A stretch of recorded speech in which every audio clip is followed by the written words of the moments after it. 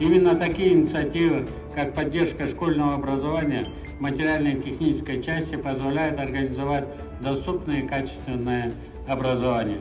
Мы не должны забывать, что школа – это не просто здание. Школой мы назвали по заветам великого нашего писателя Чингиза Толикуловича место встречи талантливых учеников, а Бог сделал талантливым всех наших детей, когда они родились, то это место, где встречается обязательно талантливый учитель.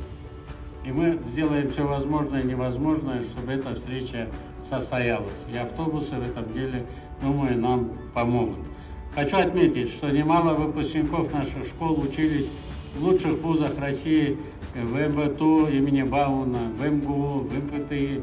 Они были в основном выпускниками столичных школ. Теперь, благодаря организации школьного транспорта, повышается вероятность большего проявления талантов и из отдаленных районов нашей страны.